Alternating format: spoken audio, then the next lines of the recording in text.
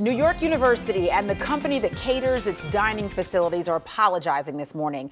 They're saying sorry for what's being called a racially insensitive lunch served during Black History Month. The Black History Month themed menu has faced plenty of backlash as it included ribs, collard greens, cornbread, Kool-Aid, and watermelon flavored water. Sophomore Nia Ashari Harris went to Facebook on Tuesday to express her displeasure and distaste, writing on Facebook, quote, "In 2018, there's no excuse for intentional and deliberate disrespect. NYU and the catering company, Aramark, have issued an apology, and some employees have since been fired." Chad Lassiter joins us this morning to discuss more about this. How are you? I'm good. Good to see you. Good morning. Good morning. Tell me your first reaction when you heard about this. Not surprised. Deeply rooted in the birth of a nation. The thing that I want to highlight is the fact that this student used social media from a social justice perspective to get the word out. Black history is so much more than menus and food, deeply rooted in the stereotypical notions of Kool-Aid and watermelon juice, collard greens, cornbread, macaroni and cheese. It's so much bigger.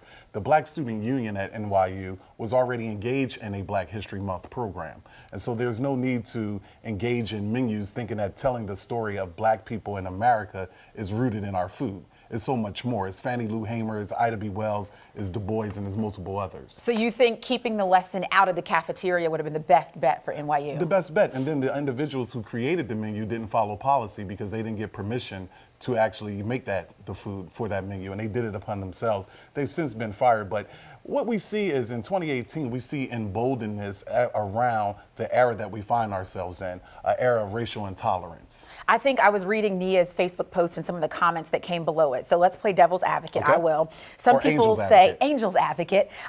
They said, well, Nia, what would have been an appropriate non-offensive menu? How would you answer that, Chad? I would just simply say that you don't have to even engage in having a menu, but we definitely don't want to have Kool-Aid, and we definitely don't want to have watermelon juice. You could have done something like what Patti LaBelle does, cook food from a cultural, social standpoint as it relates to soul food. So it could have been, some other foods, but it definitely couldn't have been that. When we talk about Kool-Aid, we know that it has a stereotypical notion in poverty-stricken communities. So I think I know your answer to the next one. Some people are asking the question, what's the difference between this menu and a soul food themed restaurant? Soul food themed restaurant, if we look at City of Philadelphia, when you look at Relish or you look at Warm Daddies or you look at Miss Tootsie, it has foods, but it doesn't have the stereotypical satire around the Kool-Aid, and it doesn't have the watermelon juice. And I think that's what bothered her the most. Yeah, I think certainly. she was puzzled by the food items, but I think she said in her email to the staff members, I think, as beverage choices today, there was a red Kool-Aid and watermelon flavored water. This happened to be the most, I think that's what upset her the most. Stereotypical and then racially insensitive, but the president jumped on it. She should be commended for what she did,